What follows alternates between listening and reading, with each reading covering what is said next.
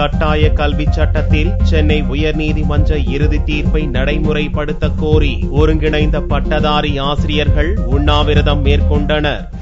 கட்டாய கல்வி சட்டத்தின் சுற்றறிக்கையை ஆய்வு செய்து சென்னை உயர்நீதிமன்ற மறுசீராய்வு மூலம் பெறப்பட்ட இறுதி தீர்ப்பை நடைமுறைப்படுத்த வேண்டும் என்று பட்டதாரி ஆசிரியர்கள் வலியுறுத்துகின்றனர். 2001க்கு முன்னர் கல்வி தகுதி பெற்றவர்களுக்கு தகுதி தேர்வில் விலக்கு என்பன உள்ளிட்ட 4 அம்ச கோரிக்கைகளை வலியுறுத்தி ஒருங்கிணைந்த பட்டதாரி ஆசிரியர்கள் மற்றும் அனைத்து ஆசிரியர் சங்கங்கள் சார்பில் சென்னை சேப்பாக்கத்தில் ஒருநாள் அடையாள உண்ணாவிரத போராட்டம் நடந்தது. அரசின் தேர்வு நடவடிக்கைகளுக்கு, அதாவது சான்றிதழ் சரிபார்க்கப்பட்டவர்கள் அனைவருக்கும் உடனடியாக பணி நியமனம் வழங்க வேண்டும் என்பதுவே எங்களுடைய முக்கியமான கோரிக்கை.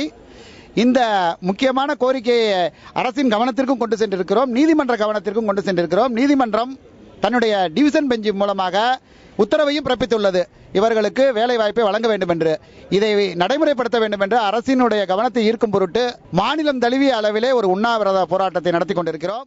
இந்த உண்ணாவிரத போராட்டத்தில் 500க்கும் மேற்பட்ட பட்டதாரி ஆசிரியர்கள் கலந்து கொண்டனர்.